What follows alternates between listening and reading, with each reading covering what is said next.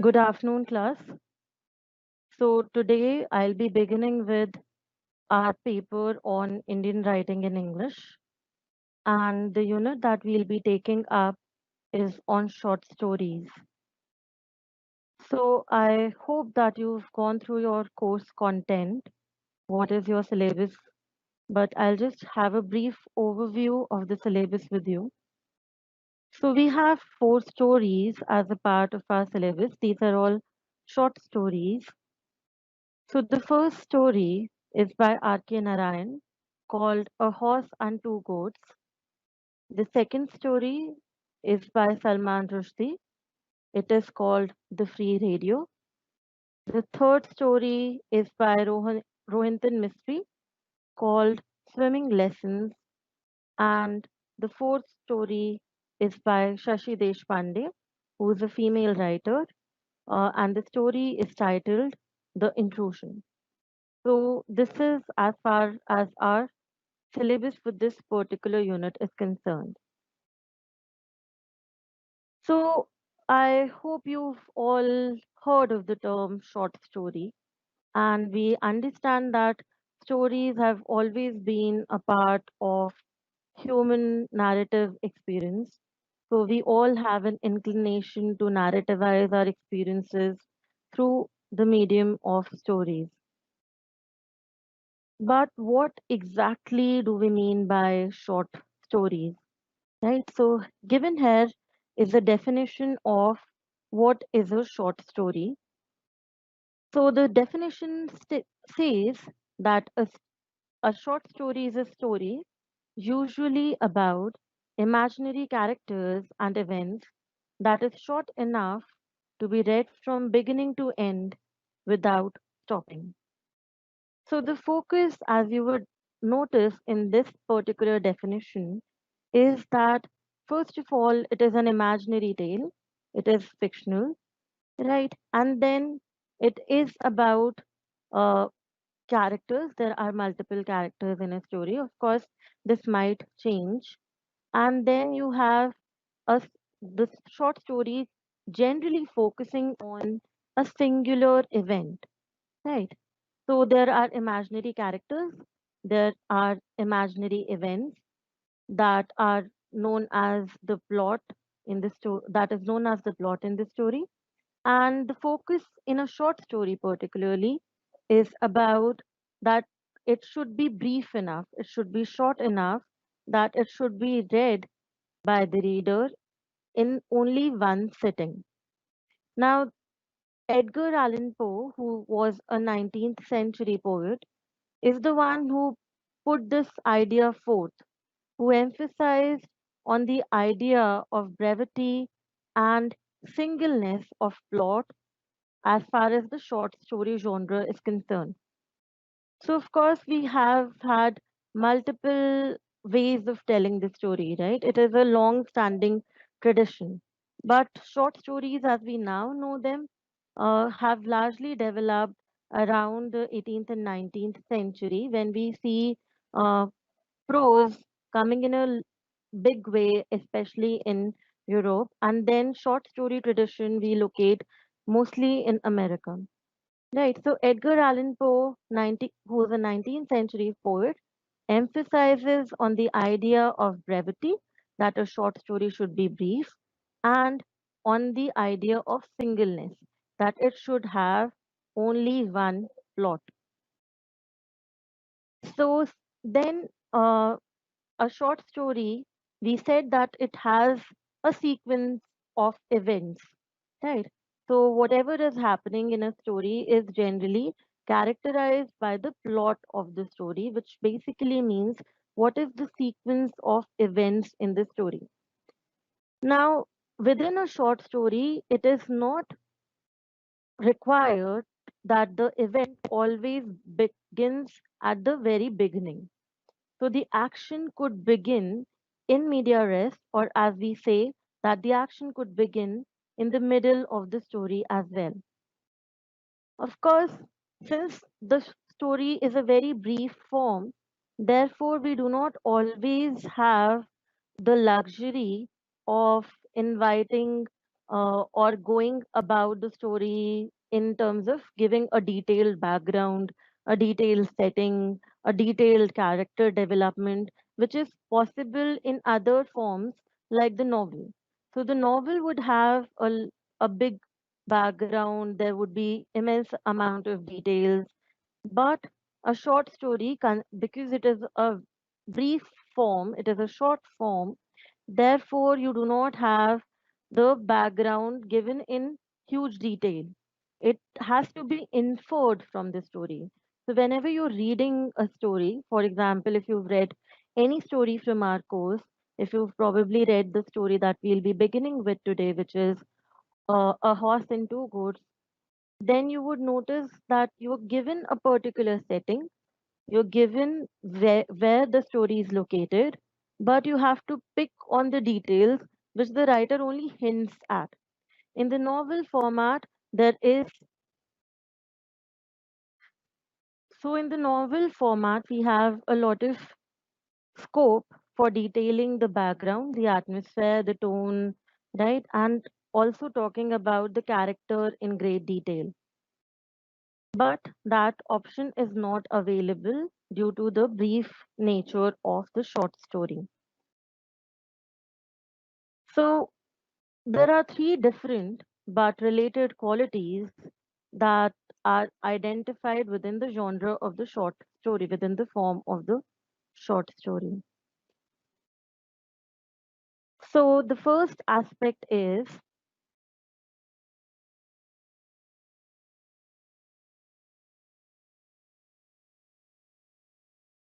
it makes a single impression on the reader. Everything is not stated in the story, but has to be inferred. Right. So we said that the background is not stated. We have to infer the meaning from whatever little details have been given to us. So the short story, a successful short story, is supposed to be one that is able to give us a single impression, right? So the reader reaches by the climax of the story an epiphanic moment wherein he's able to realize what is the central theme or what has the story actually unfolded for him. Then the second point indicates it does so by concentrating on a single crisis. The plot is concentrated, focusing on a single event. Right. So we said as the short story form is a very brief form, therefore it cannot have multiple plots and subplots functioning through it. So it focuses on one single event, on a single crisis. Of course, for the story to unfold, we need to have some sort of a conflict, right? This is something that you were also witnessing when we did the drama papers back in the last semester. That there has to be a conflict, right? Which the drama or which the play unfolds, right? And there by the end of the play, you have a resolution of that conflict. It may be a tragic resolution, it may be a comic resolution, but it focuses on one single event. Then the third point indicates it makes the crisis pivotal in a controlled plot so that there is a symmetry of design and economy of movement. So we were talking about this single crisis, right? So this single crisis has to be the major driving force of the short story or of the narrative so that the author, in the brief space that is available to him, he can actually maintain a symmetry of design. There are not too many changes within the story. It is authentic, it is credible, right? It is readable, and it maintains this economy of movement. So, what do we mean by the economy of movement? Is basically that the author has to use uh, because of the space available to him. Uh, he has to be very economical with his technique. He has to be very economical also with the words available to him. Now, these are notions that prevailed when the short story began as a form, right? But of course, there are many challenges to these notions in the modern short stories as we encounter them. So, modern short story writers do not always uh, focus on, for example, a climax to the story, right? So, they may talk about the character development as such. The stories may be open ended, they may use different kind of techniques, narrative or otherwise, in trying to detail these events in the story. So the focus may shift in a modern short story from the plot to the character, right? Or it may talk about detail for us the inner workings of the character's mind. So these are some of the ways in which modern short story writers have experimented with the earlier definitions of short stories. Now we are all familiar with some short stories, especially in the Indian tradition. So we know of, for example, Panchtantra, Hitopdesh, right? And we had a Dastan tradition, we had Kathas, right? So all of those are slightly different from the uh, short story tradition that we have now, but the short story tradition has always existed as far as India is also concerned. Of course, it is in a different practice, it is practiced in a different light now. Now, I'll be looking at some of these basic elements of a short story, or as literature students, what are the specific elements that we need to take into account, that we should be especially uh, noticing while we are reading a short story.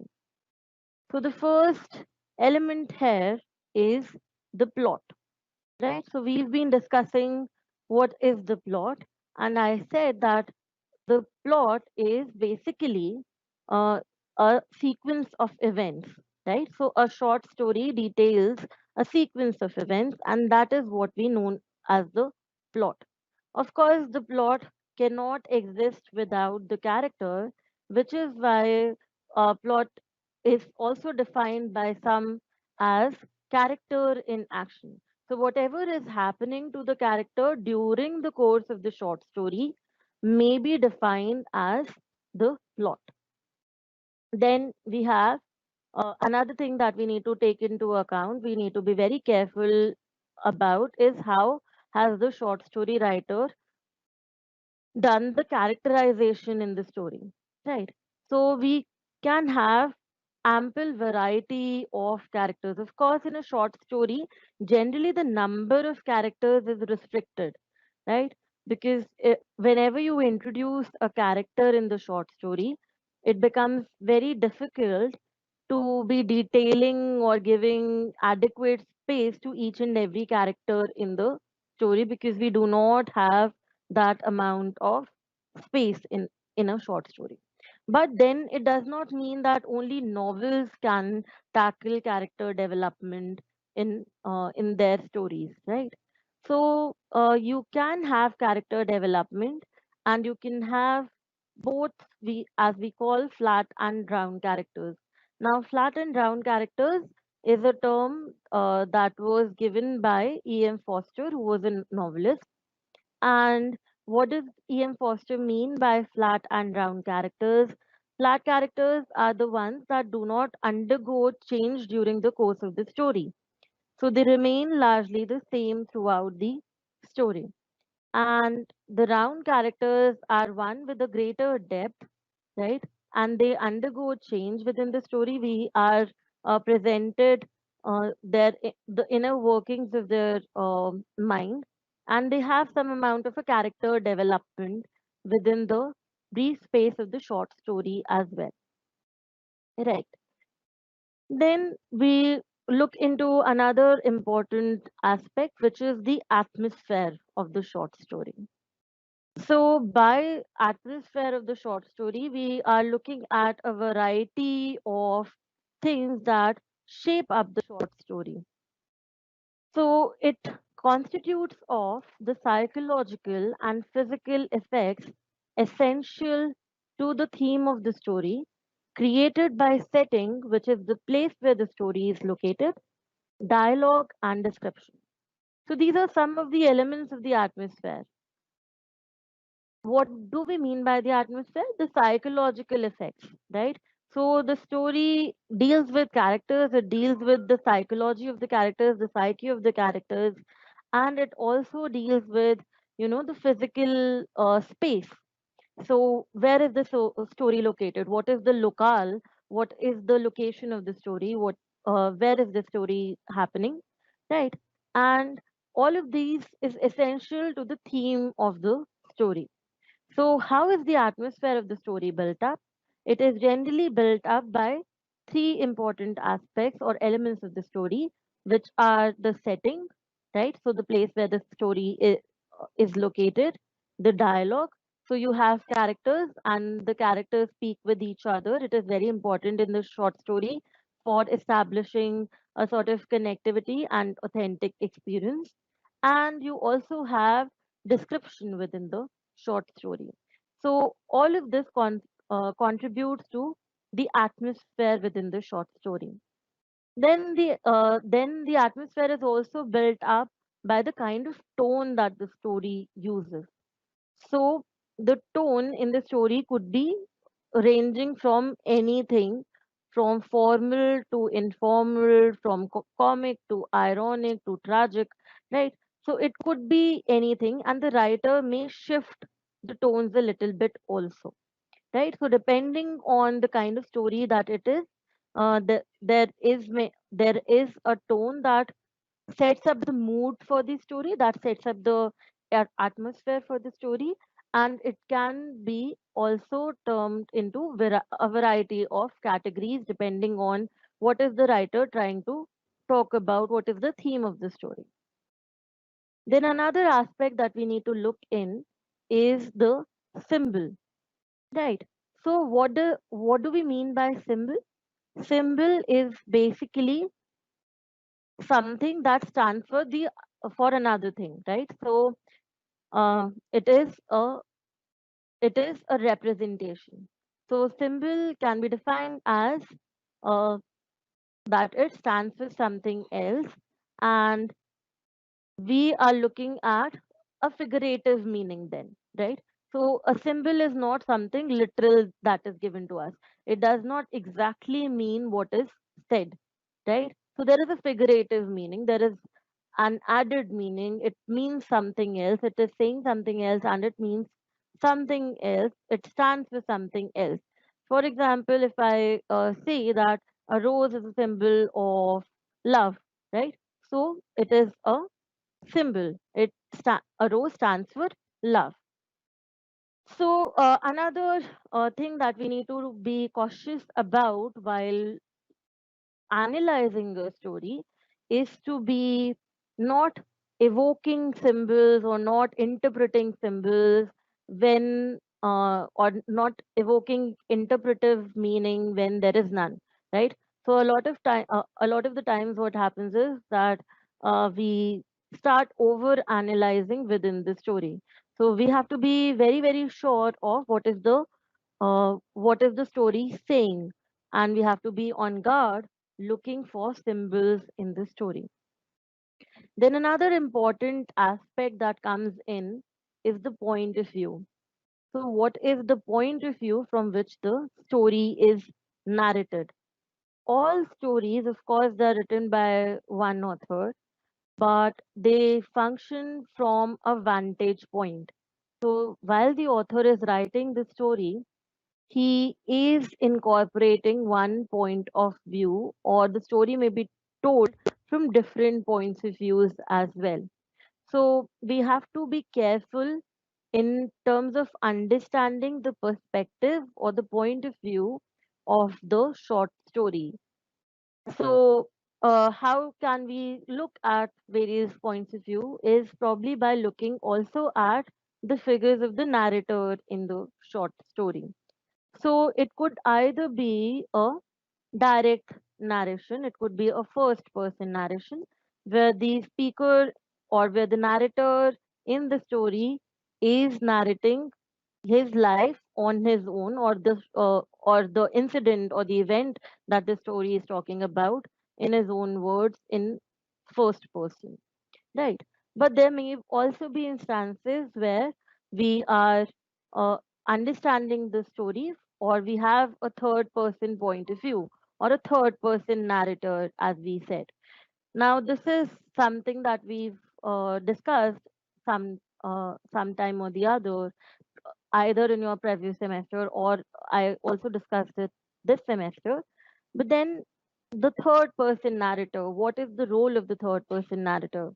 So the third person narrator generally is this omniscient, omnipresent sort of a figure, right? So he's generally identified as uh, he as being the person who is able to know whatever is going in the minds of the character. So the third person narrator would also frame our opinions about the events in the story, or about the characters in the story. So it also sometimes sways readers' opinions. Now, another thing that I want to say here is that sometimes we make this mistake of understanding that the narrator is necessarily the mouthpiece of the author, right?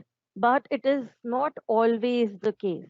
It may be sometimes that the author is using the narrator as the mouthpiece for himself, but then you can understand that the narrator is also himself a character in the story.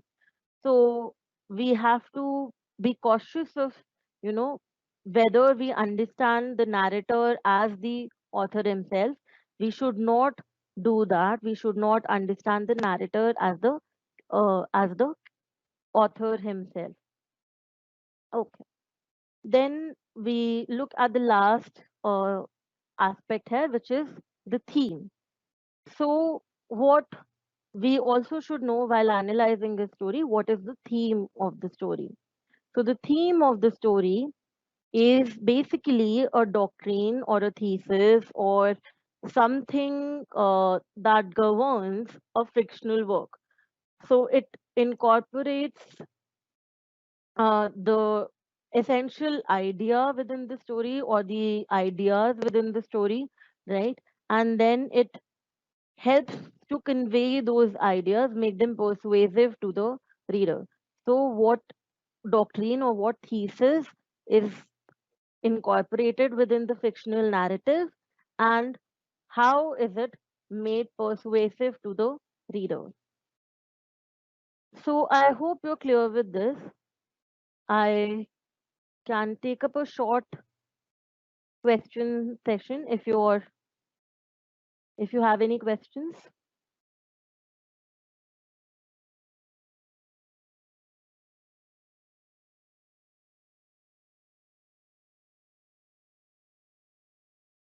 Guys, do you have any questions? You can post them in the Q&A section here, right? Of course, the class has started. It is being recorded.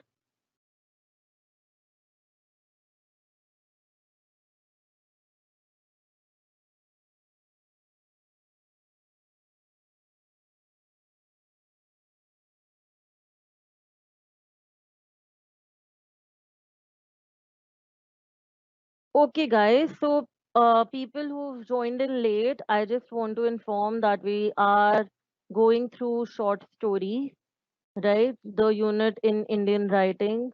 Uh, Please join the class in time so that you know what is happening in class, right? And if you have any questions up until now, then you can ask those questions.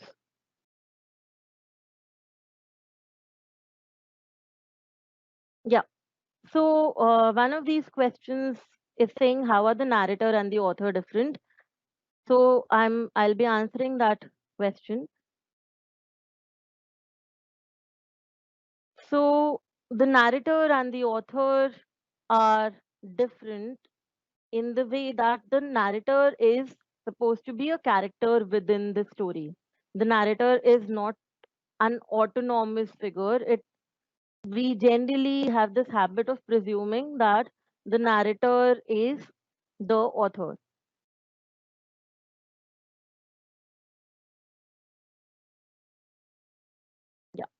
So we have this habit of generally presuming that the narrator is the author himself. But you have to understand the author while he's writing the story is not himself there in the story. It functions as one of the characters within the story. And then there is an objective distance between the narrator and the other characters if there is a third person narration. And the narrator could also be a part of, he could also witness the story. The author is basically the one who's writing the story. So every character is also shaped by the author, and the narrator is also a figure that is written by the author. So we should not think that the author and the narrator are one and the same. Also, there is a difference between a symbol and a metaphor. A metaphor is a direct sort of a comparison, right? So where you say that uh, this particular object is directly representing the other, it is known as a metaphor. A symbol operates on a much indirect level.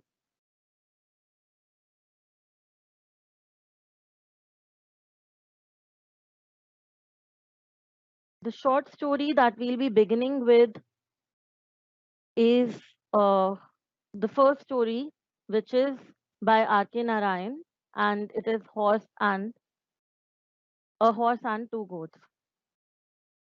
Okay, so when the slides will be shared with you, you can go through these things in detail. Um, I'll be beginning with the story.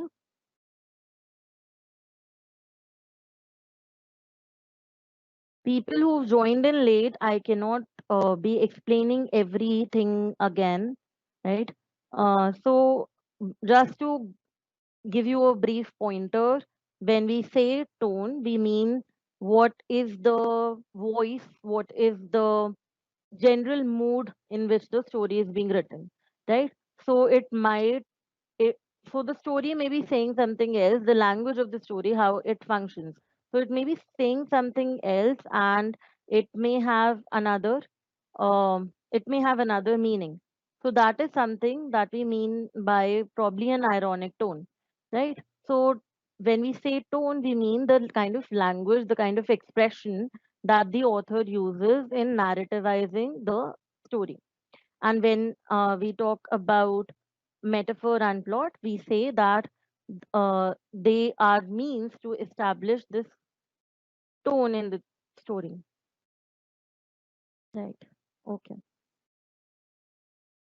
No, it is not necessary that a short story would have only one plot, but if you think about the limit that is imposed in a short story, that uh, it is supposed to be brief, then we can understand that dealing with a variety of plots cannot cannot be to the author's advantage. Of course, the modern short story writers have dealt with it. For example, if you've read your story, the swimming lessons, then you see that the character is trying to talk about multiple events in the story, right? So he's picking up a larger frame of time. He's looking at plots and subplots, as we say, but then you can identify what is the major drift of the story, and then that is done to basically establish the character development within the story. So he's more focused on the workings of the character rather than on providing you a sequence, a cause and effect sequence, right? Which forms a realist narrative. So when we talk about realism in stories, then we say that it has to be a cause and effect relationship, because we generally understand the world in these categories, right? So what happened and what it did result into. So this setup is sometimes changed. So generally, when we are looking at stories, especially if you look at stories that are meant for children, you would see that stories as they progress, they have to, the main focus is on the climax, right? So what happens next? That keeps the reader interested within the story. But then it may not happen with each and every story. No, short stories necessarily do not have a moral in the end, right? This is one way, or this is one kind of a genre within the short story which has a moral in the end, and it is generally known as the parable. Okay, guys, so I think we've answered most of these questions now, and I'll be going to the text again. So I'll be moving to the author and the first story that we are going to do, which is R.K. Narayan's A Horse and Two Goats. Right.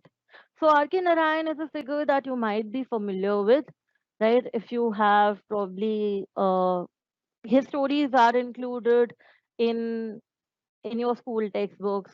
His stories are also, he's also famous for this Malgudi days, right? And he is a famous short story writer and novelist in the Indian English context. So I'll be talking about the author very, very briefly, right? I'm not going into the details of the life of the author. I'll be talking about this in brief. So R.K. Narayan was born in 1906, and he was an Indian writer known for his work set in the fictional South Indian town of Malgudi. Right, so Malgudi is the work that he's most famous for, right? And then you have him. He is both a short story writer, he's a novelist, right? And he's supposed to be one of the three major novelists from the 1930s to the 1950s, right? So he had written 10 novels, right? And he is supposed to be one of the three pillars. So who are the other two important novelists? They are Mulkraj Anand and Raja Rao. So all these people were writing during the 1930s to 50s as major novelists of that period. Then R.K. Narayan comes from a Tamil background, right? And he gradually learned Kannada, and he comes from a Brahmin upper caste family.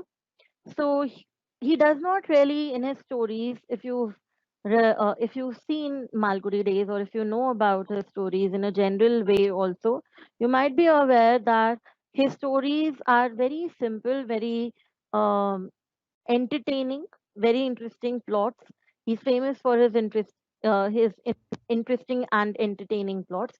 Many of these stories have been adapted either into movies, TV serials, right? So his novels or his stories have been adapted in various formats into plays, and then that is because of the fact that he was able to write authentic Indian experience, right?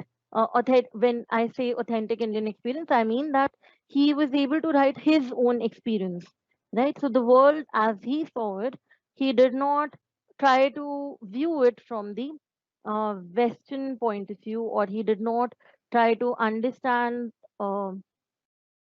the dichotomies of the Indian society from the Western point of view. He gives it his own Indian point of view, and he claimed that his purpose in art was to convey unambiguously the thoughts and acts of a set of personalities who flourished in a small town named Malgudi, located in a corner of South India.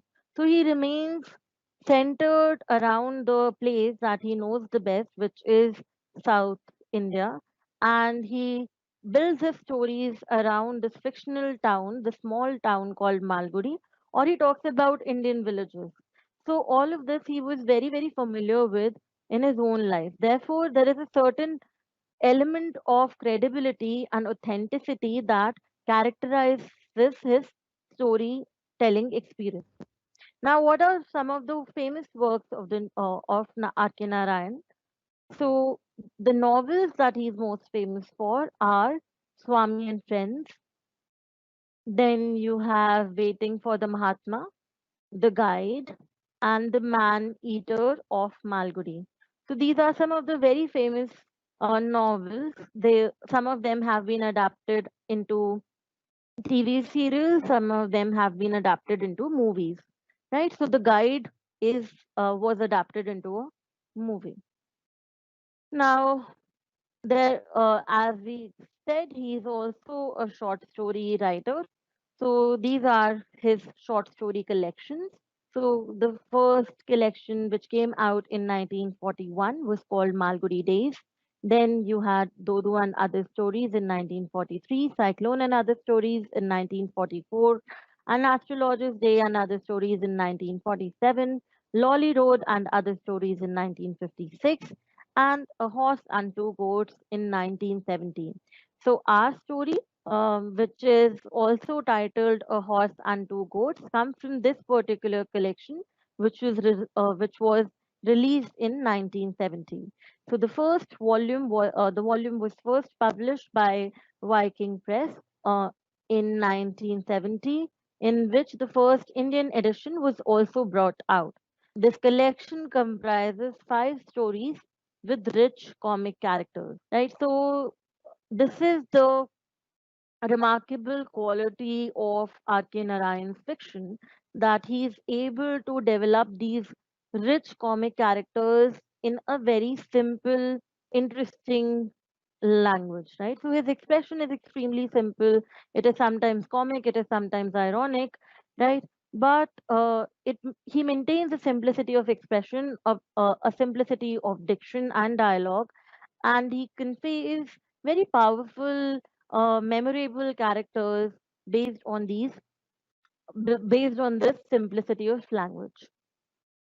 So the stories generally, before they were published into a collection, would appear serialized in newspapers like the Hindu, right? So we've been talking about this entire Indian English debate, right? So if you think about the genre of these stories, or the form of the short story itself, this is also one way in which the Indian English writer has to represent his own authentic experience in a different language, in a language that is not their own, right? So, to convey dialogue in a language that is not one's own, to convey the authenticity of experience that is in a language that is not one's own, were some of the major dilemmas that characterized all the fiction writers, or of course all the poets and dramatists within the Indian English tradition, because we know that the language English is not only this language of it is not just a foreign language, it is also the language of the master, of the colonizer, right? So it poses special challenges when a short story writer, or when a writer picks up writing in a language that is not their own, right? So how do these writers have been dealing with this problem of Indian English is something that we've been discussing all through our classes. Now, so he is a realist. When we see the stories of R.K. Narayan, we find that his fiction is it appears to be very real. It is drawn from localities, experiences, characters that seem very believable, that seem very real to the Indian experience. So he portrays social reality, but he does not give a political or a social comment very outwardly. So there is no propaganda, so to say, in his stories. And as I said, there is extreme simplicity in his story, and there is also a purity of diction that characterizes his stories. Now, the story that we have as a part of our course, which is called A Horse and Two Goats. So, if you have read the story, um, if you do not have the PDF of the story, or if you do not have a copy or the text of the story, it is readily available online. You can just search for it, and the story is available online. There is a PDF available online. But the story, if we talk about the general setting of the story, it is set in one of the tiniest villages in India called Kritam, with no electricity, water supply, which is this village is supposed to be a remote village, right? So the author says, the narrator says, sorry, that this village is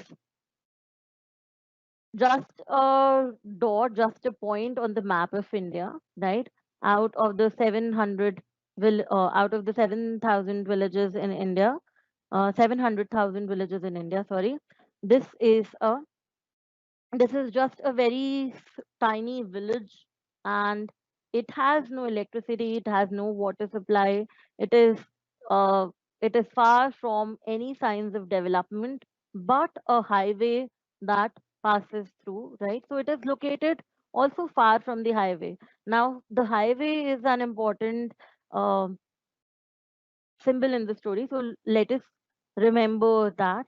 And the village is so remote that it is difficult to reach for a motorist, right? So the story, if you look at the kind of details or the tone of the story, it is written in almost an ironic tone. The narrator picks up an ironic tone to describe the place of the village, the setting of the story, the characters also. So the ironic tone is actually very, very predominant here.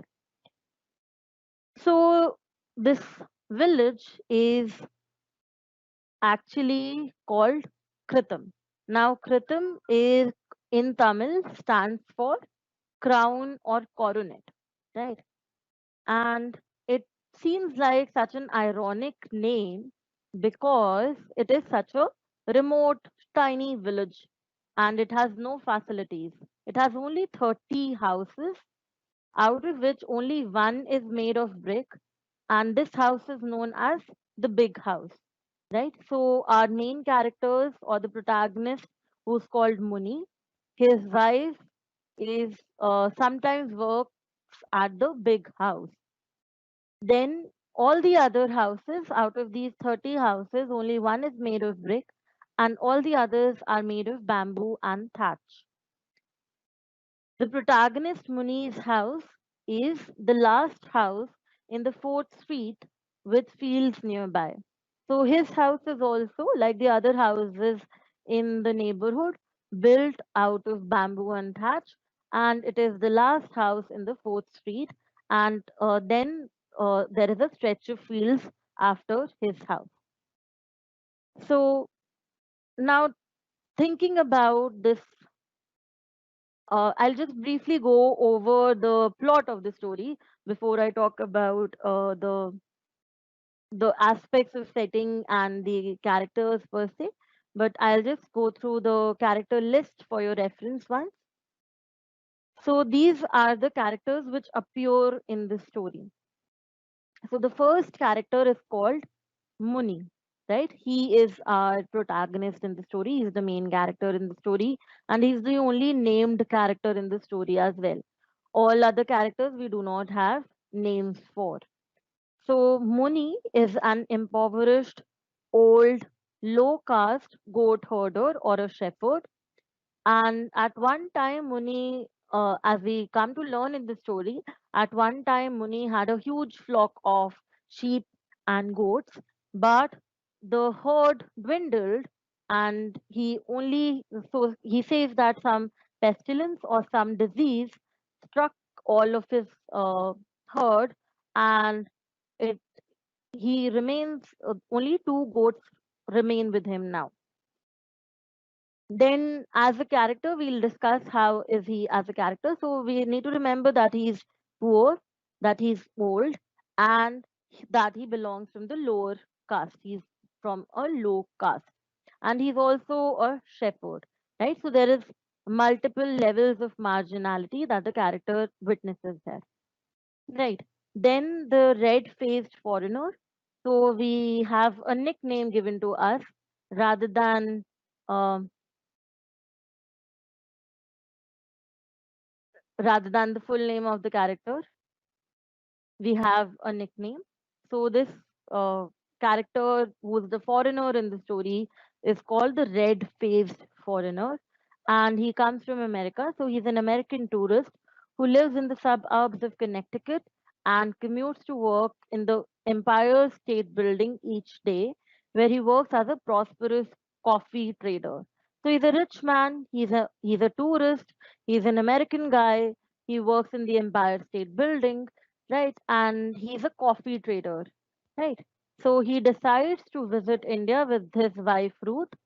So something happens in the story. What happens is that basically he tells the main character, he tells Muni that one day for 4 hours there was no electricity and he had no elevator, he had no facility of air conditioning, and he immediately decided that he will go to visit other civilizations, and he decides that he'll come to India with his wife Ruth, who who's staying back in Srinagar while he's on his way exploring other parts of the country.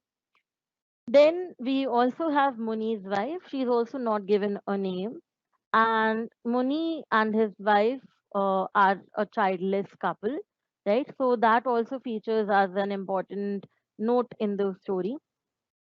So she is a long suffering woman who's childless and impoverished, just like Muni. And she has to worry each and every day about putting food on the table. So they are so poor that they do not have ample food on the table every day.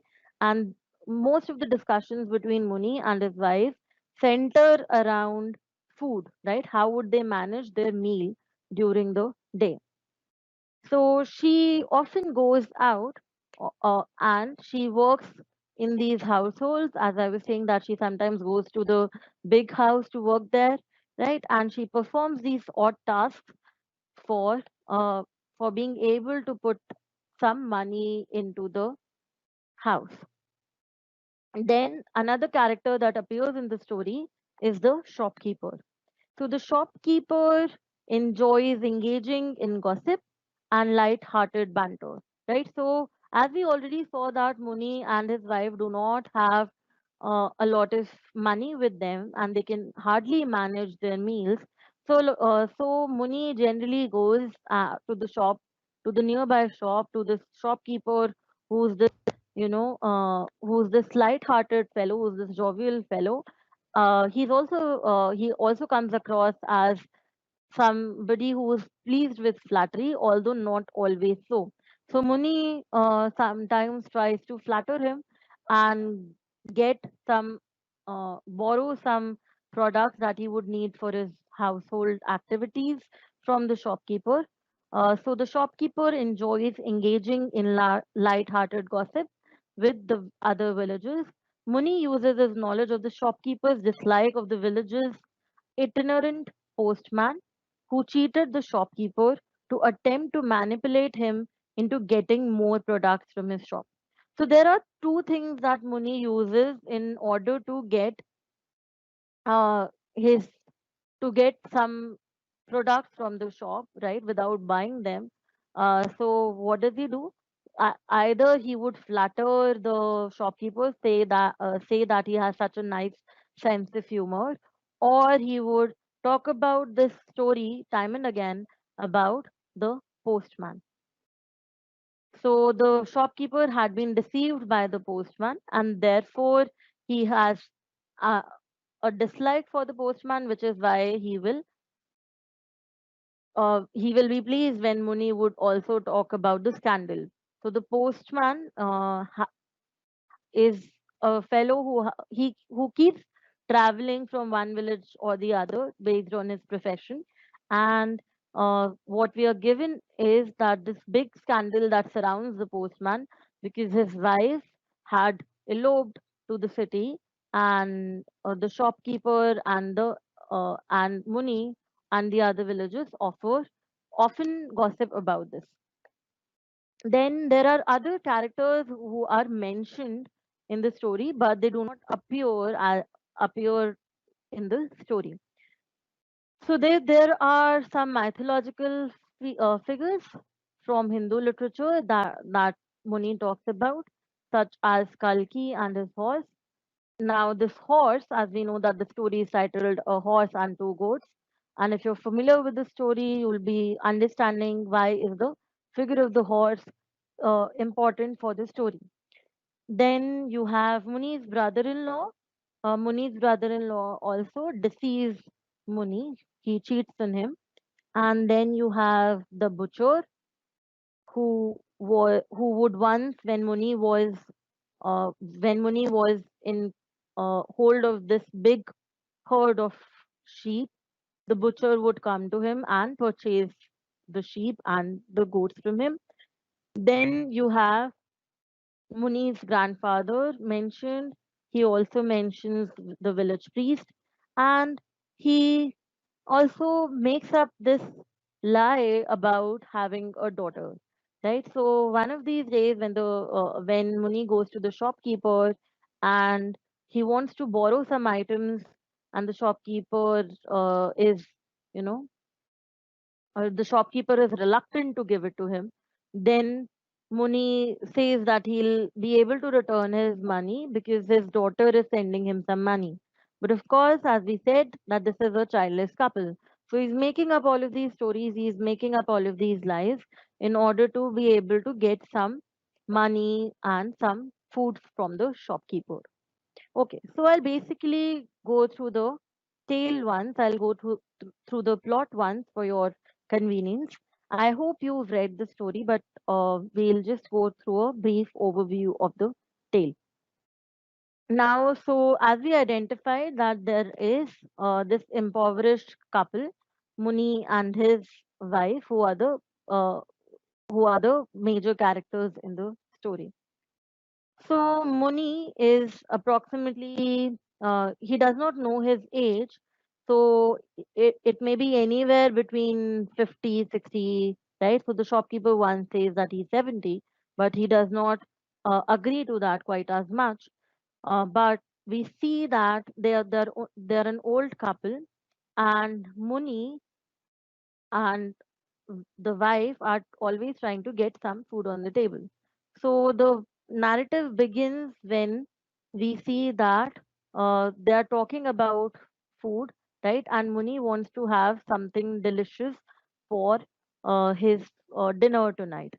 And is the wife tells him that I have nothing to cook, and you should probably go out and get all of these items, all of these products, if you want to have a curry. So we see that Muni, although he's a poor old man, he has this inclination for big things, right?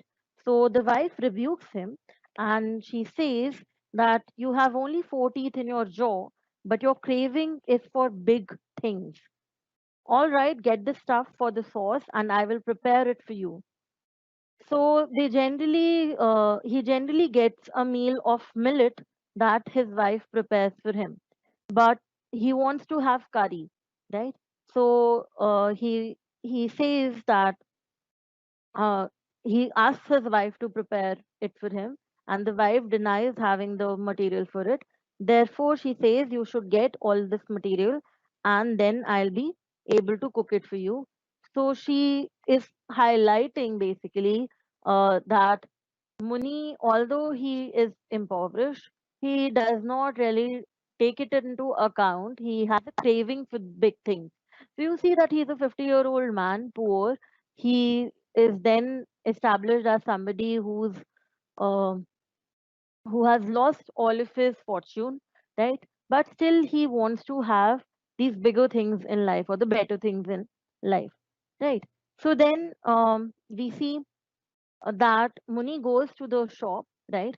So, and to the shopkeeper, and he sits there. He's thinking about how should he lure the shopkeeper into buying more stuff, into getting more stuff from him, right? So he has no money, but he wants to get uh, all of these items that his wife has told him for making a good dinner. And then tries to please the shopkeeper. The shopkeeper tells him that, you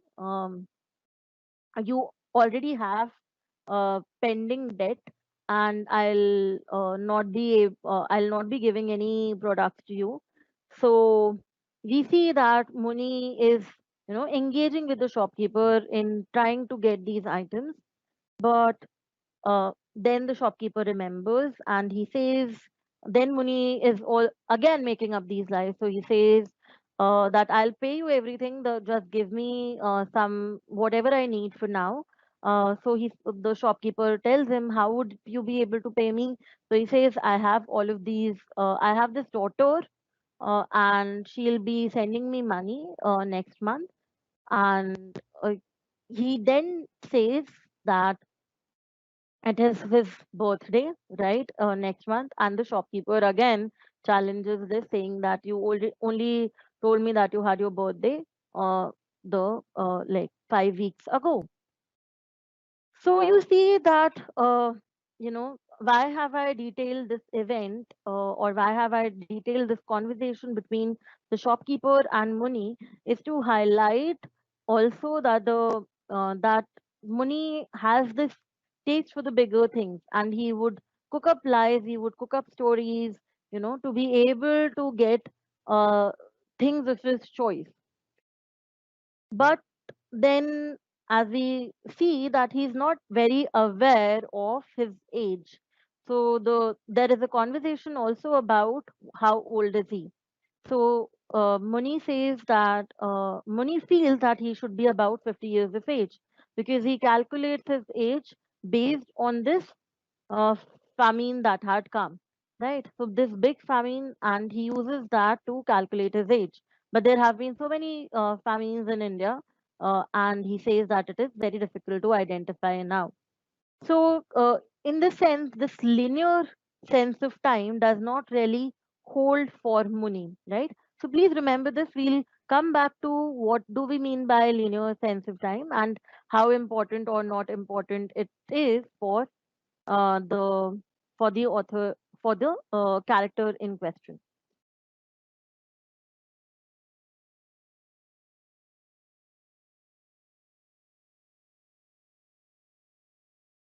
So then we understand that after this conversation happens, Muni is only able to manage only two items, right? So the shopkeeper realizes that Muni has no money, and he's only trying to get stuff for free now. So he only gives him two items, and Muni goes back home and says that I do not have much. And so he goes. So what happens now that he goes to this place? He goes to this highway which is far from the village, to graze, to let the goats graze on the field. So this is his regular habit, and he goes away, and he knows that his wife would manage something or the other, and she'd be able to put in food on the table by the end of the day. So only if he goes away, only if he stays enough outside, and let her temper cool. So we say that we see now that I'll be skipping some of this portion now, and I'll be moving on to the next major event that happens there. We'll be coming back to the relationship of the wife and the husband, who are both this old pair. They're easily above 50, right? And we'll look at how is their relationship. But then what happens is, so Muni's favorite hobby, or what he does during the day, is to just go graze the goats. And then he sits under this statue, which is a horse statue, which originally belonged to the village, right? But now has shifted uh, further from the village, as the village has moved because of the building of the highway, right? So it is still the village's statue, or it still symbolizes the village called Kritam, but then the position has drifted far away because of the highway being built up. So Muni goes there every day, lets his cattle, lets his goats to graze, and then he stays back. He sits under the shadow of the horse statue. Now I'll be describing from the story the brief description of the horse, right? Of the horse statue. So the horse was nearly life size, molded out of clay, baked, boned, and brightly colored, and reared its head proudly, prancing its forelegs in the air and flourishing its tail in a loop.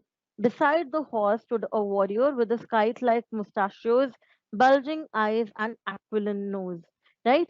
So it is a life-size statue. It is a very big statue under the shade of which Muni relaxes while his goats are grazing in the field. And there is also an accompanying short statue there.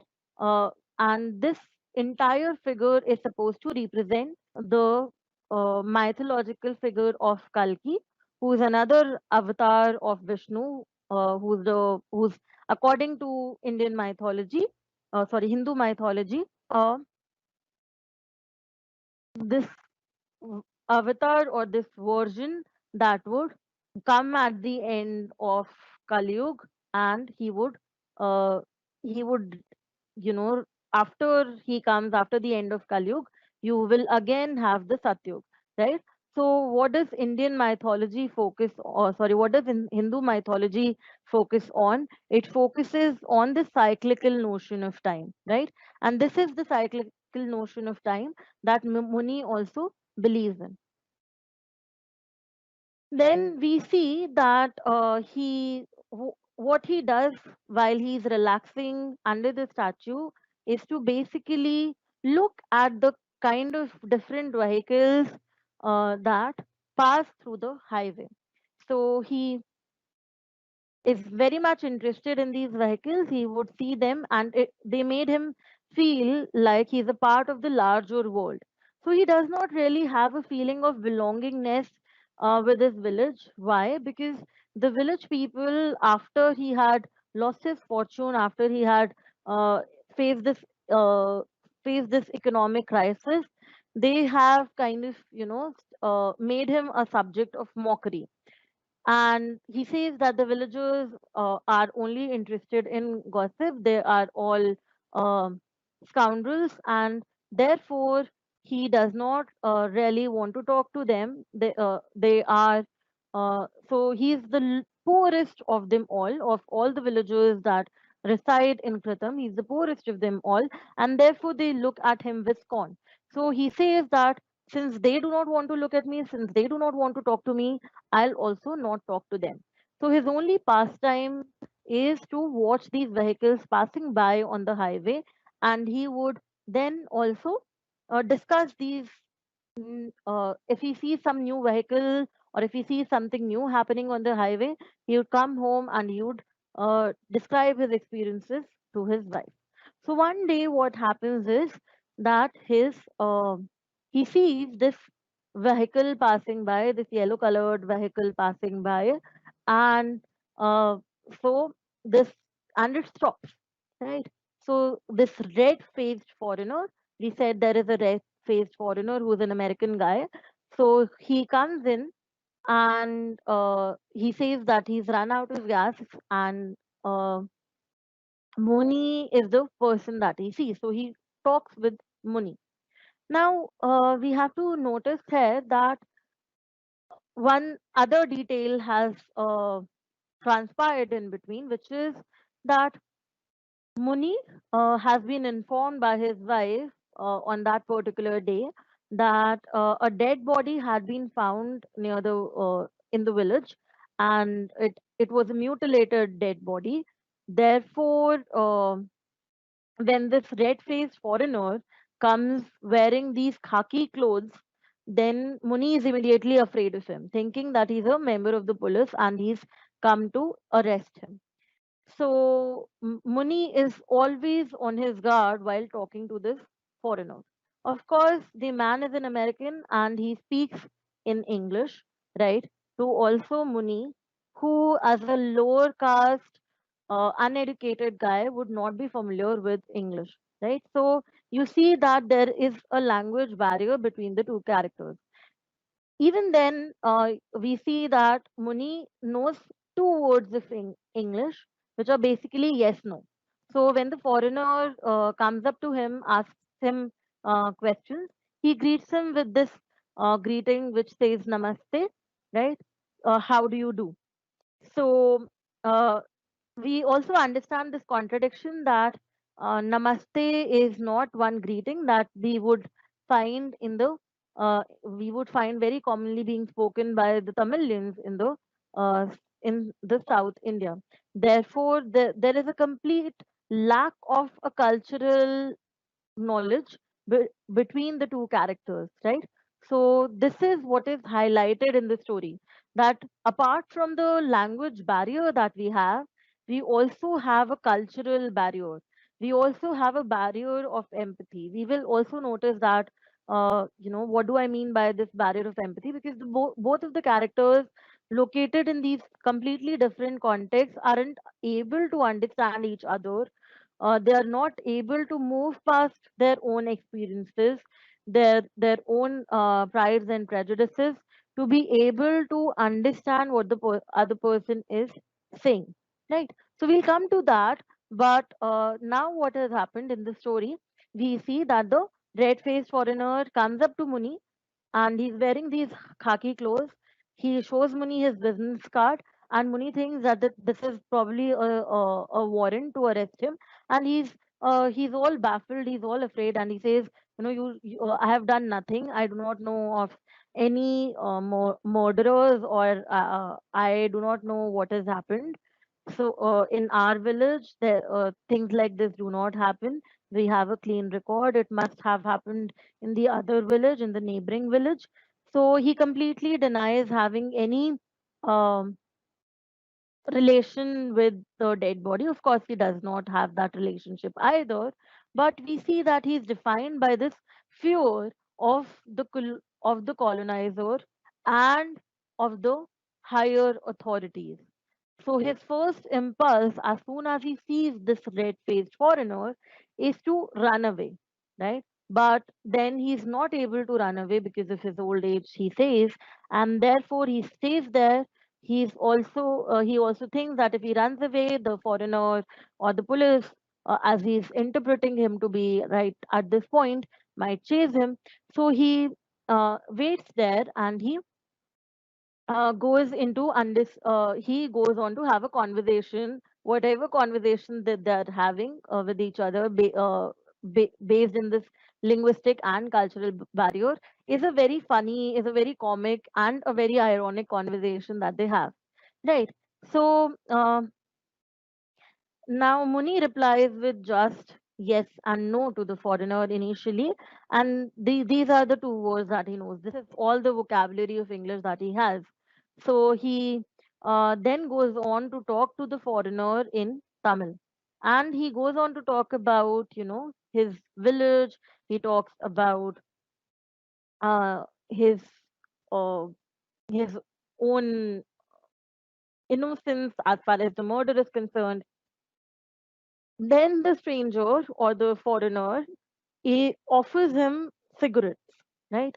As a gesture of friendliness, right? He offers him a cigarette.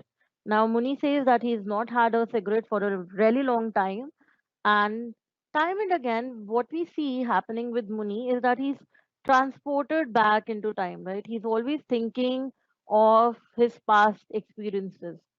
So time does not function in a very linear way for him. Memory pushes him back always to think of time as a cyclical experience. For the foreigner, as we understand that the notion of modernity is based in a progressive notion of time as well. That for the Western world, time is linear, right? So you have a basic uh, You have a basic progression of time which characterizes Western modernity from past, present, and future. And time uh, uh, also is money for them. So they do not believe in wasting time, right? This is something that we'll see coming up in the story. And for Muni, it is that he's kind of whiling away his time. He's thinking of his past experiences. He's not thinking of his state, of his financial state, or of his difficult state in life also, as something that is permanent, right? So he always keeps on remembering these past experiences, and this also happens when he has this encounter with the foreigner. Okay, so I'll be talking about the encounter with the foreigner in greater detail now. But before that, if you have, I'll be addressing some of these questions. If you have any questions, yeah,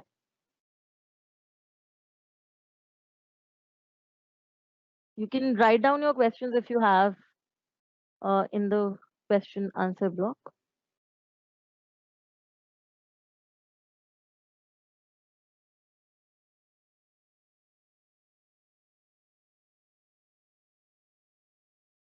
Yeah. So the symbol of the highway, basically represents modernity, development, right? Which has entered into spaces in India. Remember, this story is published in 1970, and this is a time when India is witnessing a lot of change. So, aspects of modernity are entering in terms of technological innovation, in terms of infrastructural changes. So, the highway represents this, uh, both this Western modernity, this progressive ideal of development, and also this idea of travel and migration, which is important in the story. I'll be coming to those ideas of travel and migration, but just to hint at those ideas, what is happening is that you realize that the American is also a tourist, right? And if you understand the aspiration that Muni has, he also looks at the highway with a lot of a lot of ambition, right? So he's fascinated with the highway because he wants to escape his suffocating life back in the village, right? Where he's not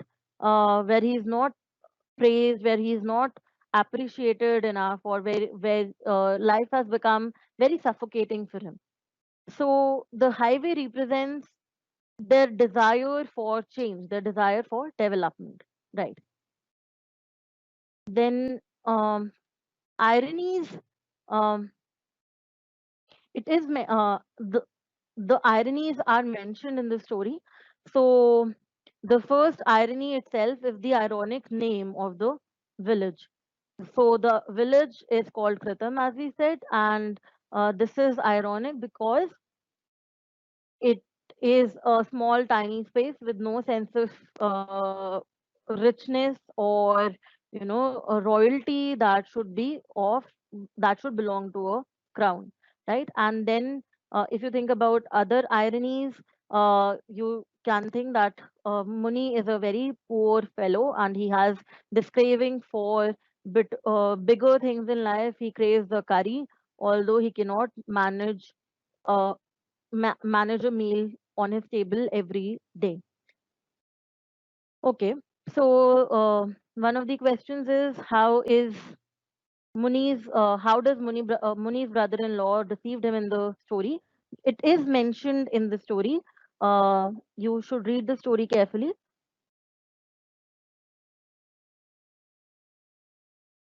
Okay, so this question is about, can we call Muni greedy? Or it is just his situation which makes him yearn for higher pleasures, or maybe old habits, as he was wealthy before. Okay, so it may be, all these aspects combined. He's not greedy as such, right? He's not materialistically greedy per se. He has a he wants better things in life, right? Because he does not visualize life as something unchanging always, right? So although he knows his reality, he knows that this can change, which is why he does not give up on this hope, or he does not give up on his yearning for higher things in life. Why did he lie about his daughter? It gives him a pleasant um, feeling to this is a childless couple, right? And it gives him a pleasant feeling to talk about an imaginary daughter. Also, you can see that he's lying about a daughter because he wants to get some products from the shopkeeper, and he's saying that um, so on the literal level, it is just to make a fool of the shopkeeper and to be able to get material from him. But on a figurative level, you can also see that it indicates that he's as a childless couple, they have this longing for children.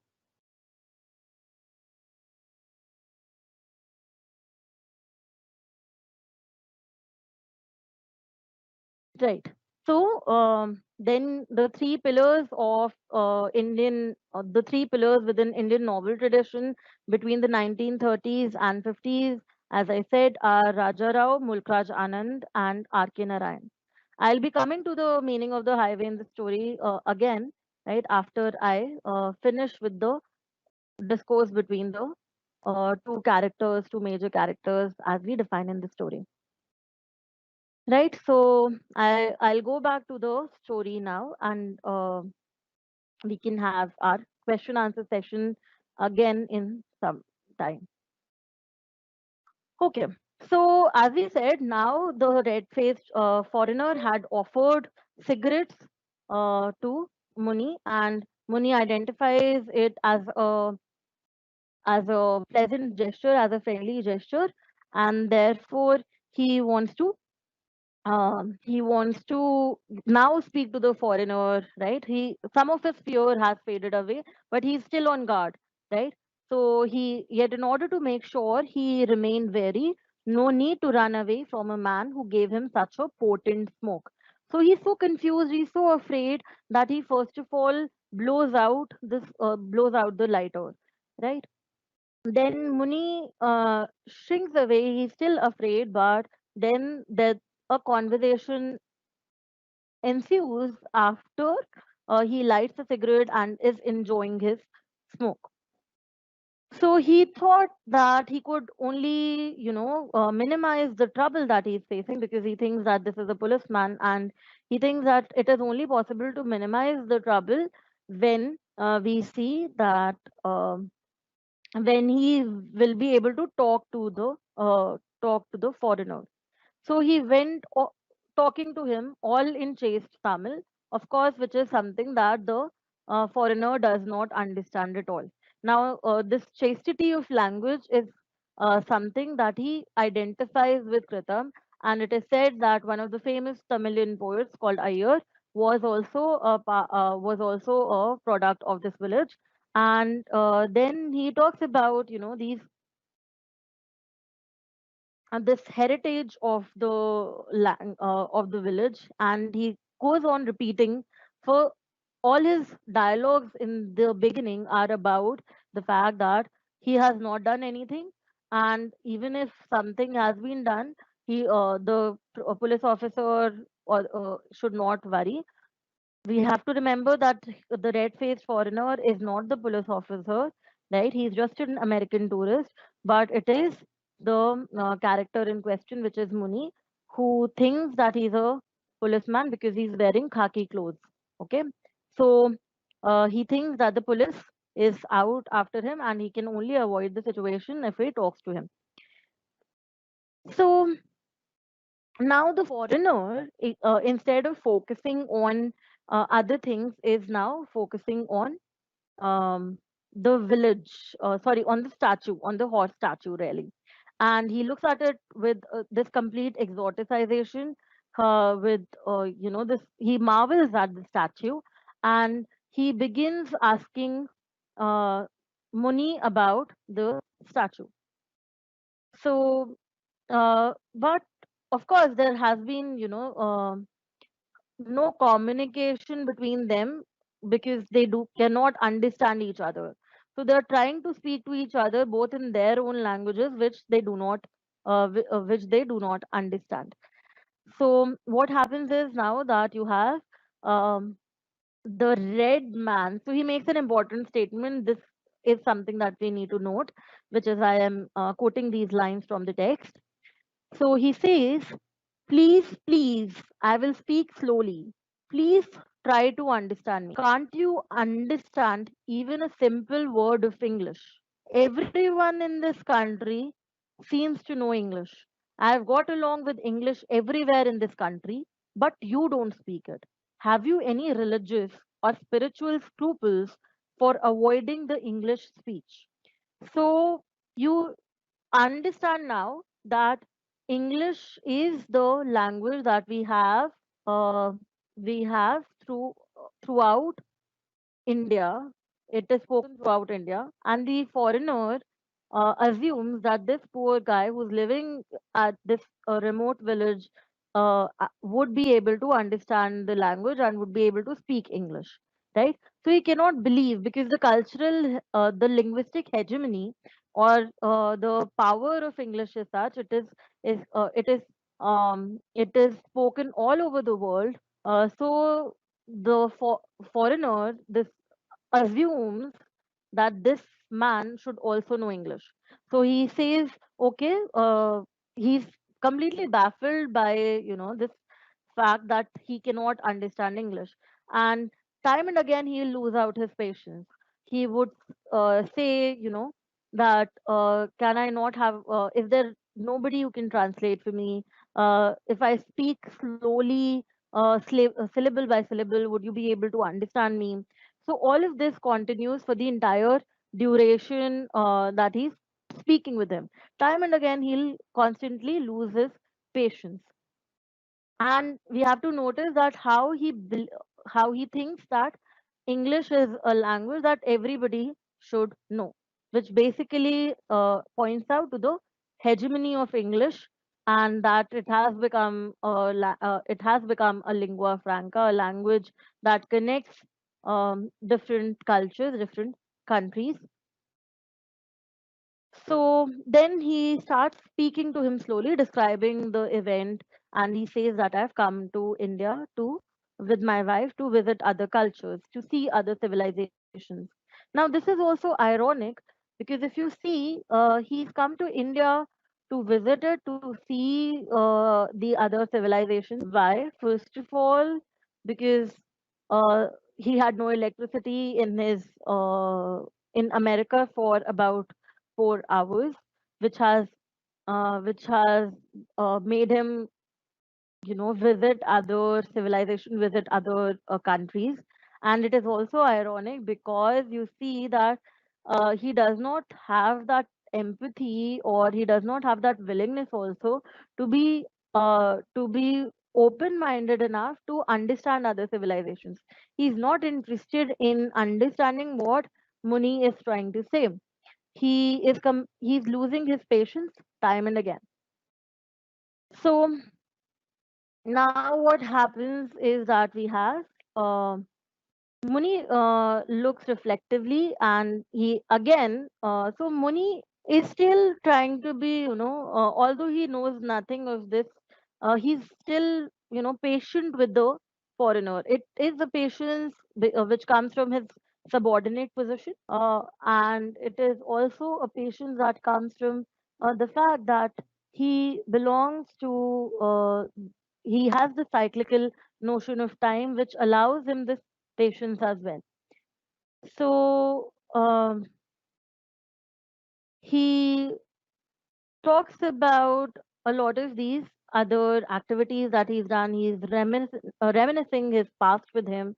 And then finally, you see that uh,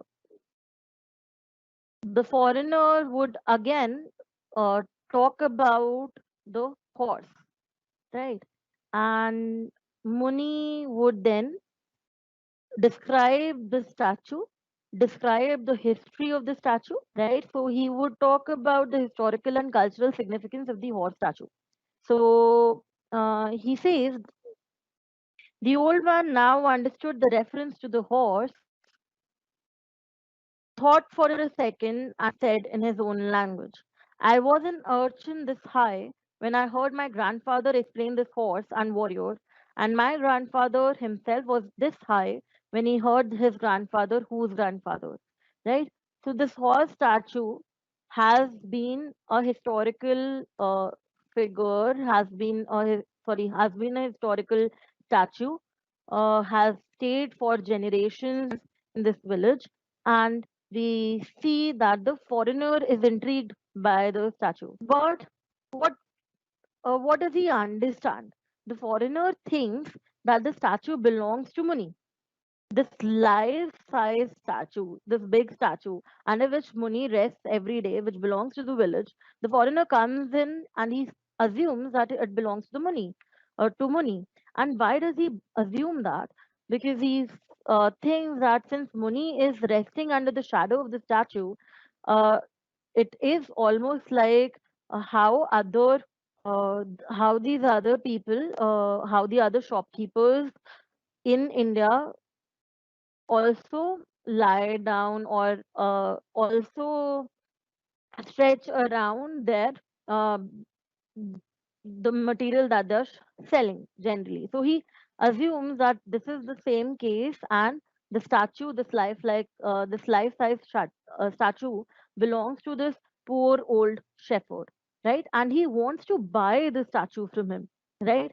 So this interesting turn of events that we see here. And Muni starts, so the time and again, as the stranger or the foreigner is touching the statue or hinting towards the statue, then Muni is able to understand that he's probably asking about the statue, and he goes on to detail the entire history of the statue, the historical significance of it, the mythological significance of it, related with the mythological figure of Kalki, as I've already said, right? So within mythology also you have this Kalki avatar coming on a horse, and this and it spells the end of Kali Yuga, and then Muni says the that Satyug would begin. So he says that this has always been there, this statue has always been there, and he does not know more much about it. But we see that Muni is aware of a lot of mythology. He says that as an uneducated fellow, because education was only available to the upper caste, was only available to the Brahmin community, and he belongs to the low caste.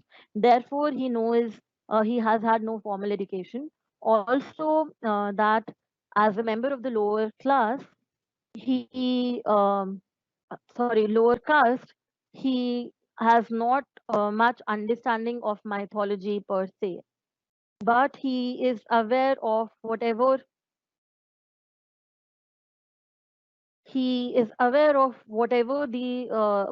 common mythological traditions that prevail in India are.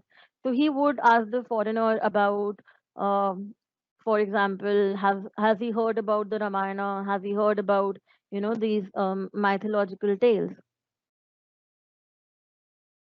So another aspect of language that comes in here when Muni is talking to the foreigner. So Muni has already told him that I do not know English. English is only known by people who've had education, which is only the upper caste. And he says, we see that just as the foreigner is intrigued by the statue, he's also intrigued by Muni. So how is he intrigued by Muni is that he says Muni's speech. So he thinks of Tamil also as this marvelous, uh, sweet sounding, pleasant language. He says, I wish I had my type recorder. I wish I had my tape recorder and I could record this pleasant expression. Your language sounds wonderful. I get a kick out of every word you utter, but you don't have to waste your breath in sales talk. I appreciate the article. You don't have to explain its points, right? So there is no real, you know, real interest in the language. He just likes it superficially. Just as he likes the statue superficially, uh, he likes the uh, he likes the language also superficially, right? So he's not interested in understanding the cultural significance of the language, the historical significance of the language, or he's not also interested in understanding the cultural and historical significance of the statue that Muni is uh, detailing to him right at this moment. So the statue is supposed to be the guardian of the village. And he says, this is our guardian. It means death to our adversaries. So this is the symbolic relevance or the symbolic significance, the cultural significance to the villagers as far as the statue is concerned. At the end of Kali Yuga, this world and all the other worlds will be destroyed, and the Redeemer, the Messiah, which is Kalki, would come and rescue us. Right. So now they are basically talking about their own interests, and the foreigner is thinking of buying the statue, and he's thinking how would he transport it. So he says, "I have this big vehicle, I can place it there," and he is imagining what his wife's reaction to the statue would be once he takes it back, and how uh, you know.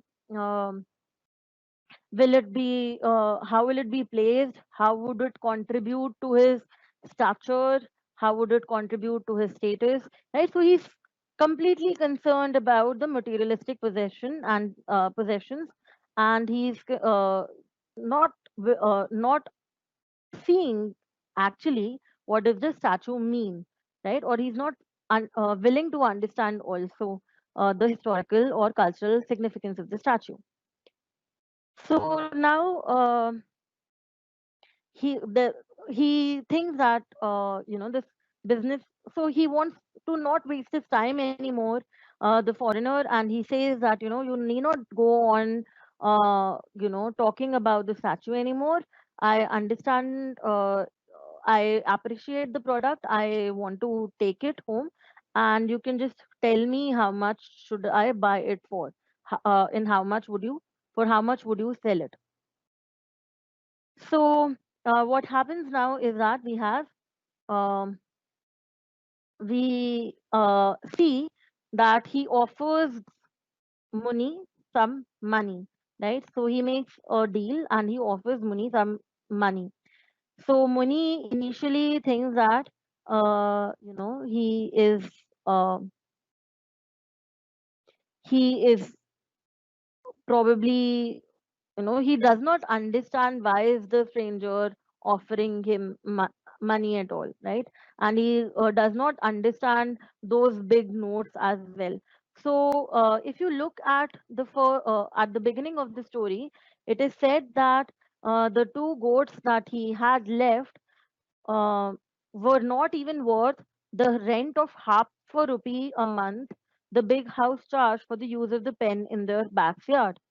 So, and the foreigner is giving him about 100 bucks, right? So eventually, what happens is uh, I'm skipping portions now. So eventually, what happens is that he thinks that the foreigner is willing to buy his goats, and he anyway wanted to get rid of his goats, and therefore he thinks that he will sell it off to the foreigner. He's offering money in exchange for the goats, but what is actually happening here? The money is being offered for the statue, right? So he as soon as he understands that the foreigner is probably offering him money and would take his goats away, he thinks of, again, he goes back to his dream of having opened a shop, right? And he wanted to be free from all these responsibility of the cattle as well. So he says Muni has been asking him about his family, about his children, but the foreigner is only insistent on the deal, and he says that I have given you 100, and I'll transport this in my vehicle. And uh, he says that. So finally, what happens is that you see that. Sorry. So finally, what happens is that you have the old man Muni here thinking. He accepts the notes, he accepts the currency, he accepts this 100 rupees, and he goes away thinking that he's sold off his goats to the foreigner. And the foreigner stops a vehicle that is coming. He gets some people, and uh, they put the horse statue into the vehicle for him to transport. So Muni goes back home, and he tells his wife that, see, I've got all of this money. And the wife is shocked. So she thinks probably he's stolen or something, or he's, robbed somebody. But uh, he tells her that he's sold off his goats, and the story ends with this bleating sound of the goats who've come here, and who so Muni realizes uh, now that the goats are back to him, and the uh, foreigner is nowhere to be seen, right? So throughout this exchange we see, now the if you look at what is the wife's reaction. So she said, what is the meaning of all of this? And we see that she says that, I'll go back to my parents' house if you've stolen something, if you've done something wrong, right? I'm very, very much afraid of the police, and I will not, I won't entertain. They will beat you up, they will thrash you up. And when Muni hears the voice of the goats, he goes out, and he is completely confused, completely baffled. He curses the goats. So this is the end of the summary or the plot of the story, right? So if you have more questions for now, I'll just look at some of the questions, and then we can go to, the explaining the settings, and the we can do a further analysis of the story.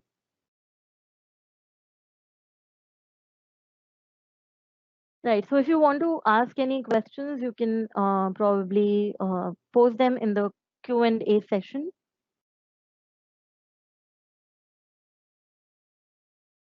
I'll be going into the analysis of the story. But if you have any problems with the plot, you can post that up, or I'll just move to the analysis. Is the plot clear to you?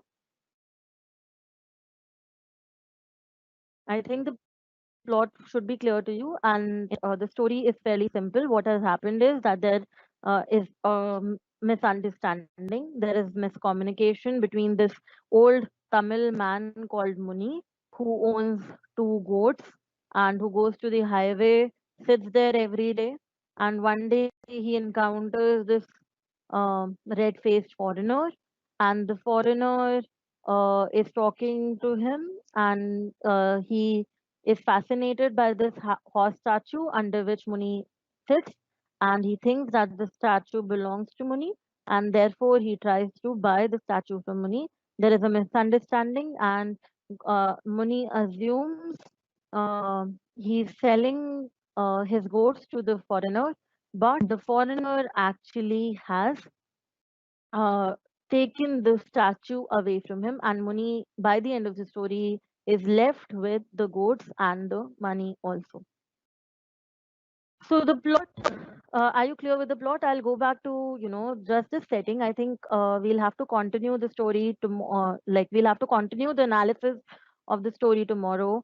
I've gone through, the basic analysis. I've gone through the themes. I've gone through all of that, but we'll do a quick recap tomorrow in the first half of our class.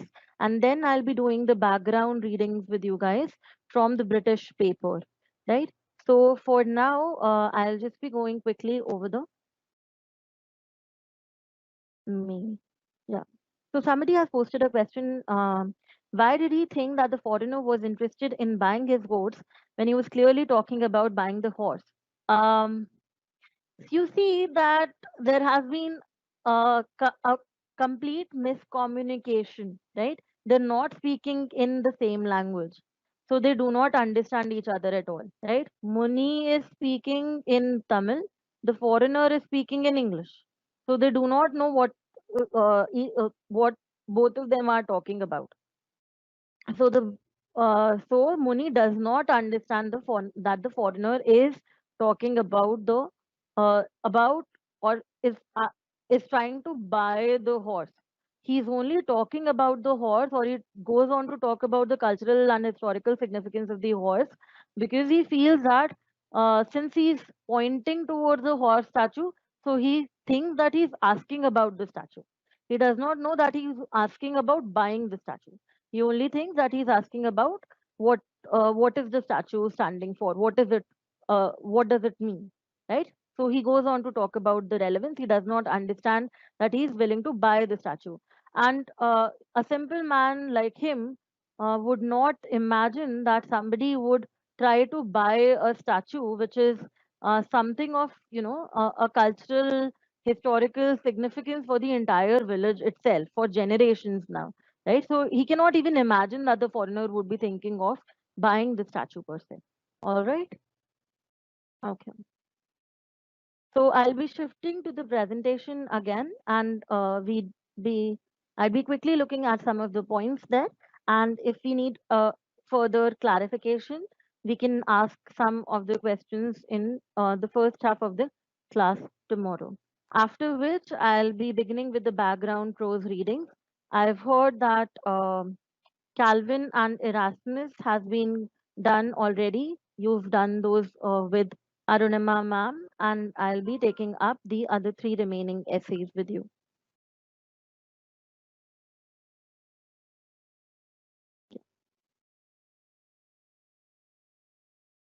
Okay. Let me just go through some of your questions. So, does Muni represent a modern Indian trying to break free from the shackles of caste and class? He's trying to know mythology meant for Brahmins, his desire to own a shop or travel in a vehicle, considering the time period this was written, etc. I I wouldn't say that he represents the modern man particularly. He has this desires, right? He has this yearning, but he's very much rooted in his own local tradition, out of which he's not able to break away. Um, and then, this desire is also very limited because of the limited uh, experiences that he's had. So he has no, you see, this entire fascination with modernity and trying to break from shackles of caste and class is something that we see in the middle classes or the upper classes, right? Uh, because they're educated, they have those ideas, they are exposed to these ideas of modernity. They know about these caste and class oppressions, and that they can escape from it. But if they study, or if they're all of this, but for a man like Muni, he is only oppressed, and he only wants to he wants to end this sort of uh, scorn and condescending attitude. That is all. He's not thinking of breaking the shackles of caste and class. That is probably too revolutionary for him. He wouldn't, he's not a revolutionary. He's a simple man who's trying to make sense of his own scenario, who's trying to, who's trying to just lead a good, simple life. So, not trying to break away or break free from the shackles per se, but yes, in a way, it represents that this modernity has come in with all of these ideas, which has revolutionized Indian thinking. So, of course, whenever a writer is, taking in these things into consideration, and R.K. Narayan writes about these characters who deal or who confront this question of tradition and modernity head on. But Muni is not one of those characters. Okay. So the next question here is, what do we mean by linear sense of time when the foreigner says that he's visiting other civilizations? Okay. Linear sense of time means a simple notion of time which is progressive. So moving from past to present to future, right? And it means that you constantly improve as you progress uh, in time. So you should have a continuous development, right? So when the foreigner says that he's visiting other civilizations, he is using a cause and effect relationship which characterizes linear time, which is very, very relevant to the Western world, which is very, very relevant to the foreigner, but not for Muni, okay, who believes in the cyclical notion of time. So he purchases the statue for 100 rupees. Why doesn't Muni stop the foreigner when he's taking? He's already gone away. If you read the story, he's already left.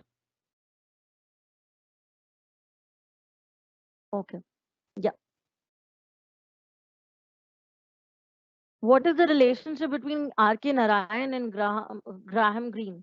So Graham Greene is one of those is also a writer, right? He's an author, he's a novelist, he's a writer. And you see, what was happening at this particular time was that um, it was not um, it was not easy for Indian writers to publish. So Graham Greene is one of these people who recognizes the worth of R.K. Narayan and helps him publish.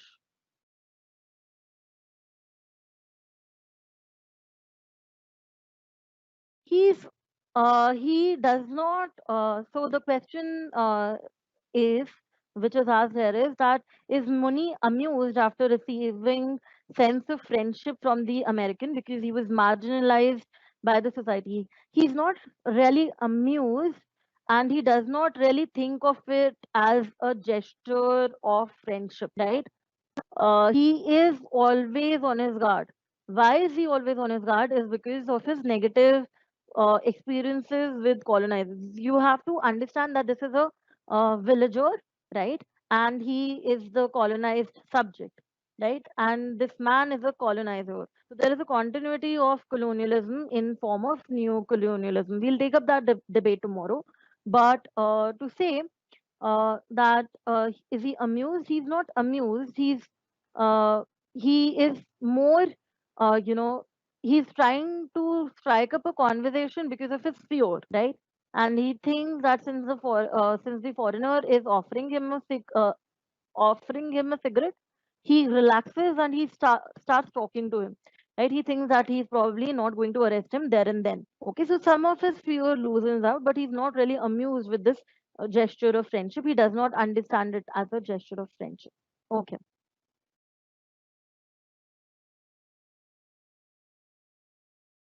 So I'll be, basically only going to the slide wherein we are talking about the setting of this short story because we don't have much time remaining. Okay. So the setting of the story is, as we said, in Kritam, and we've already discussed this. The village's name Krita seems to be an allusion to historical conceptions of India as a jewel in the crown of Britain's colonial possessions. Right. So what does this mean? That if you think of Kritam as the crown, right?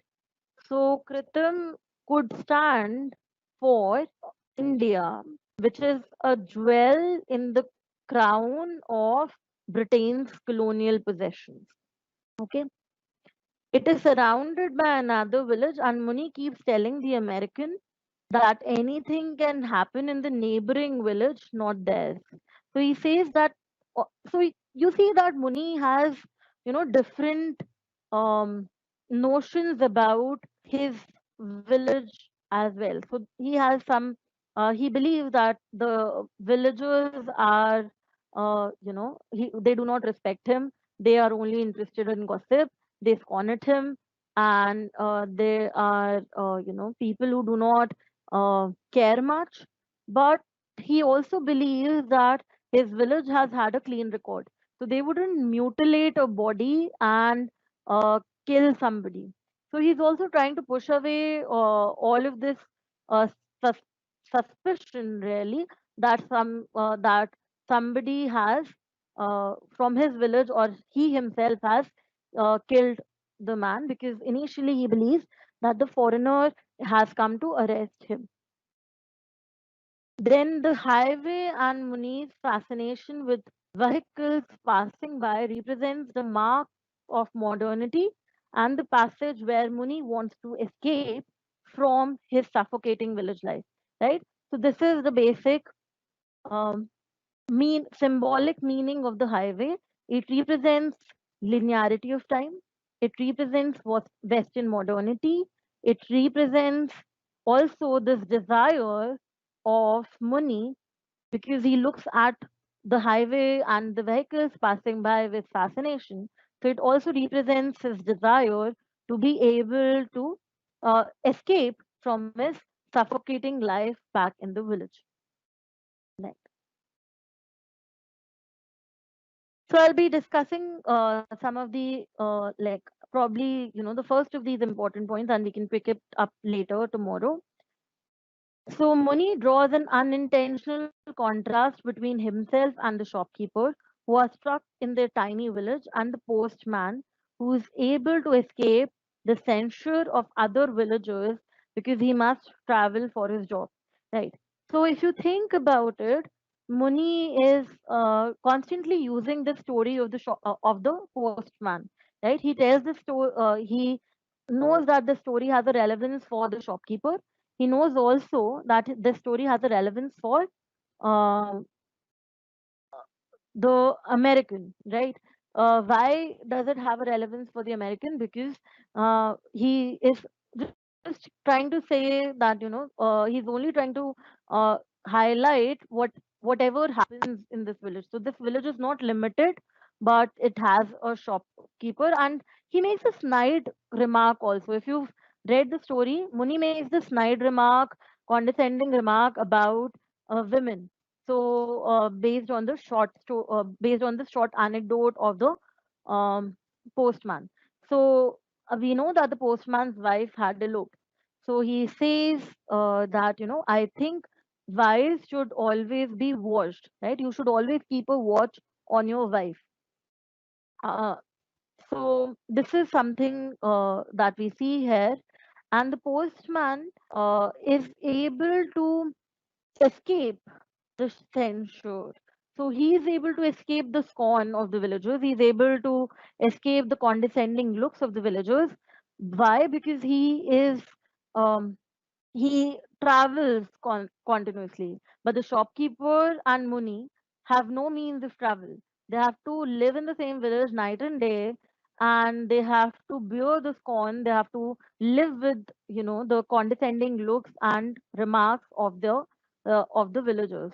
While while the postman who travels, who comes in the village in about 10 days, has faces this much lesser. Despite Muni's imperious demand that his wife sell the drumsticks to get money for food, Muni is not as powerful as he may at first appear. He relies on his wife to work outside the home to earn money, and his wife is thus the primary breadwinner in the family. Right? So, to understand, I'll talk about this tomorrow about the husband-wife relationship, and we also need to understand here that Muni and the wife are, their relationship, although this is a patriarchal society that they're a part of, Muni makes a very patriarchal remark about wives as well, as we've just highlighted. But also to think of the fact that Muni also depends on his wife, that she'll be able to put uh, food for him at night, but she'll be able to arrange dinner for him at night, right?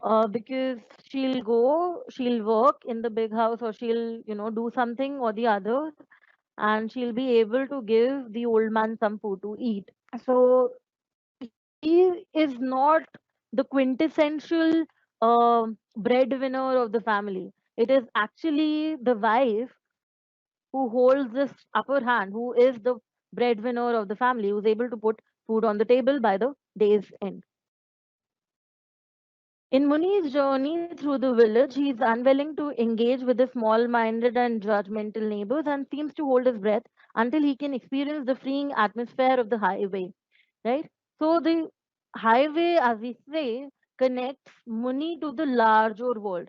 When he sees the highway, he feels that he's a part of the larger world, that he's not constricted by his little village, a village where he's not appreciated, where he's judged, and where where the small mindedness and narrow mindedness of the people of the villagers surrounds him.